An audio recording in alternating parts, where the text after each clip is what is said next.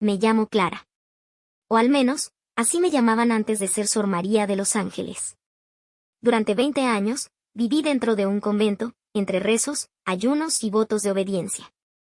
Nunca me faltó paz, pero tampoco me sobraba vida. Pensaba que el amor era solo para las almas perdidas. Hasta que la conocí a ella. Una mujer que no solo desafió mi fe, sino todo lo que alguna vez consideré sagrado. Esta es mi historia. No busco ser entendida, solo escuchada. Porque, a veces, el pecado no es amar, sino negarse a vivir. Durante los primeros años, el convento era mi hogar, mi refugio. Me levantaba a las 5 de la mañana, hacía oración en la capilla helada, limpiaba los pasillos, ayudaba en la cocina, y rezaba el rosario con una devoción casi automática. Nunca hablábamos más de lo necesario. El silencio era sagrado. Era como vivir en una burbuja, aislada del ruido del mundo, de sus tentaciones, y también de sus verdades. A veces me preguntaba qué habría pasado si no hubiera huido de casa a los 18. Si no hubiera aceptado ese retiro como escapatoria. Pero siempre me callaba. Y Dios, también parecía callar. Cada 2 semanas, personas del exterior venían al convento para actividades espirituales. Una especie de retiro. Hombres y mujeres buscando paz, respuestas, redención. Fue en uno de esos días donde vi por primera vez a Valeria. Una mujer de unos 40 años, segura, elegante, con una mirada intensa y una sonrisa que no combinaba con el silencio del convento. Yo solo debía servirle té y ayudarle con la habitación, pero su forma de hablarme era diferente. Me miraba a los ojos. Me escuchaba. Como si viera algo que yo no sabía que tenía. Y eso me descolocó. Valeria empezó a venir cada mes, siempre sola. Siempre puntual. Una noche, mientras recogía los platos del comedor, me preguntó en voz baja. ¿Alguna vez te has enamorado? Me paralicé. Esa pregunta no existía dentro de los muros del convento. Ni siquiera entre hermanas. Respondí con la mirada baja. Dios es suficiente. Ella rió suavemente, y luego dijo algo que me perforó el alma. A veces nos escondemos en lo sagrado para no enfrentar lo humano. Esa frase me acompañó toda la noche, y muchas noches más. Las semanas siguientes comencé a sentir cosas que no entendía. Cuando sabía que venía Valeria, me arreglaba un poco más el hábito. Me ponía perfume, algo sutil. Me descubrí deseando verla, oír su voz, escuchar sus historias de una vida que sonaba libre, aunque con un matrimonio infeliz. Una vez, nuestras manos se rozaron al pasarle un libro. Y sentí una chispa, tan intensa como el primer amén que pronuncié en mi vida. Mi cuerpo estaba despierto. Y eso me asustó más que cualquier penitencia. Una tarde de domingo, mientras regábamos el pequeño jardín del convento, Valeria se me acercó. Me miró fijo. Clara, sabes que me gustas, ¿verdad? Sentí como si el aire se me escapara del pecho. No supe qué decir. Solo bajé la mirada, temblando. Ella continuó. No busco que dejes tu mundo. Solo que no ignores lo que sientes. Porque yo, siento lo mismo. Y ahí, por primera vez en 20 años, lloré. Lloré por el miedo, por la culpa, y por ese amor tan imposible como inevitable. Después de aquella confesión, nada volvió a ser igual. Yo trataba de evitarla, de fingir que no me importaba. Me refugiaba en rezos más largos, me arrodillaba hasta que me dolían las piernas, como si el dolor pudiera borrar lo que sentía, pero el corazón no se entrena como el cuerpo. Me descubrí esperando su llegada, soñando con su voz. Y al mismo tiempo, me sentía sucia. Impura. Pecadora.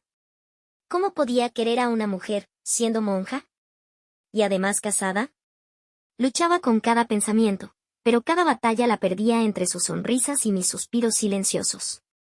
Una noche, mientras caminábamos por el patio interno del convento, la luna estaba llena y el aire, extraño. Valeria me dijo en voz muy baja. Solo una vez. ¿Puedo besarte?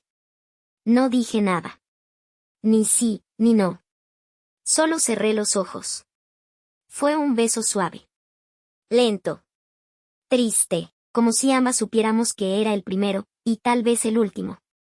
Cuando me alejé, las lágrimas me nublaban todo. Esto está mal, dije. No. Esto es real, respondió ella. Y por primera vez en años, sentí que el cielo no estaba arriba, sino entre sus brazos. Después del beso, Valeria dejó de venir por 2 meses. Me sentía vacía, rota. Pero también, libre. Me hacía preguntas que jamás me había permitido hacer. Un día, encontré una carta escondida en el jardín, debajo de la maceta que solíamos regar juntas. Era de ella. Me decía que su esposo sospechaba, que no podía volver por un tiempo, pero también decía algo que me quebró. Te amo, Clara. Si algún día decides salir, yo te espero. Y por primera vez, empecé a pensar en algo que ni siquiera estaba en mi vocabulario, salir del convento. Una de las hermanas mayores comenzó a notar mi distracción. Me preguntó si algo me pasaba. Yo lo negaba todo, pero ella insistía. Una noche, me llamó a su celda y me dijo: hay algo en tus ojos que ya no pertenece a este lugar. Si tienes dudas, es mejor que te vayas. Porque quedarse con el corazón dividido es un infierno eterno. No supe si lo decía con compasión o con condena, pero esas palabras fueron una sentencia. No podía seguir fingiendo. Mi alma estaba partida, entre la fe y el amor. No hubo ceremonia. Ni despedida. Solo escribí una carta. Dejé mi rosario sobre la mesa. Guardé lo poco que tenía en una bolsa y salí por la puerta trasera.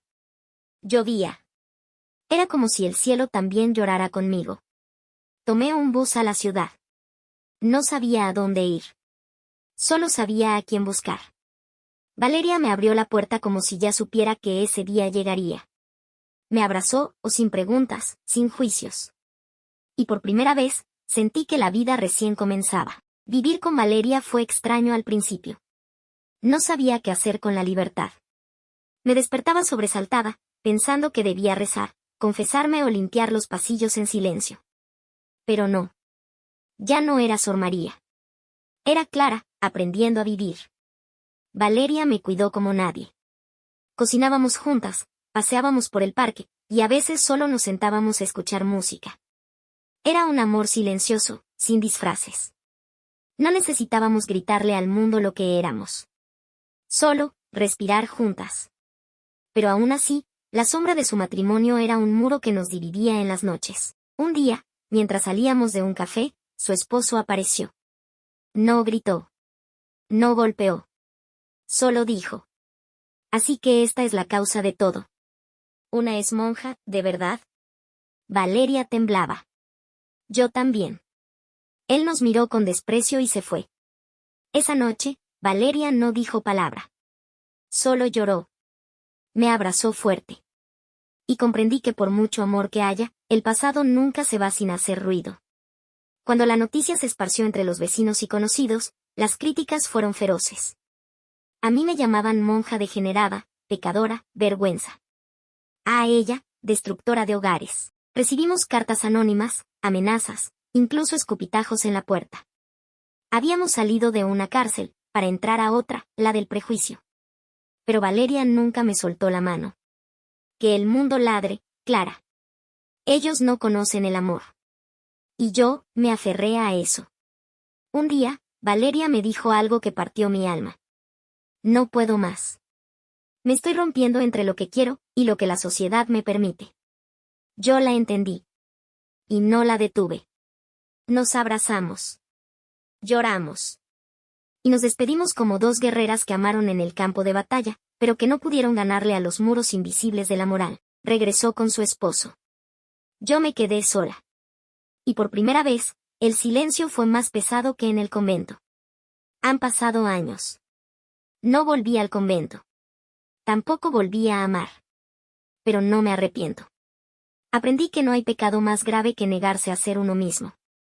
Que la fe no está en los hábitos ni en las paredes, sino en el coraje de mirarse al espejo y decir: esto soy, aunque el mundo no lo entienda. Hoy, hablo para mujeres que sienten distinto, que temen amar, que se esconden en la religión, en las normas, en la culpa. Yo fui monja. Me enamoré de una mujer casada, y aunque no terminó como en los cuentos, fue real. Y eso basta. Si llegaste hasta aquí, gracias por escuchar. Esta historia no busca polémica, busca comprensión. Porque todos, en algún momento, hemos amado lo que no se podía, hemos dudado, Hemos fallado, pero también hemos vivido. Si esta historia te hizo sentir algo, suscríbete a Rostros Reales, activa la campanita y comparte este video. Aquí no juzgamos. Aquí contamos lo que muchos callan. Nos vemos en la próxima historia, donde la vida real supera cualquier ficción.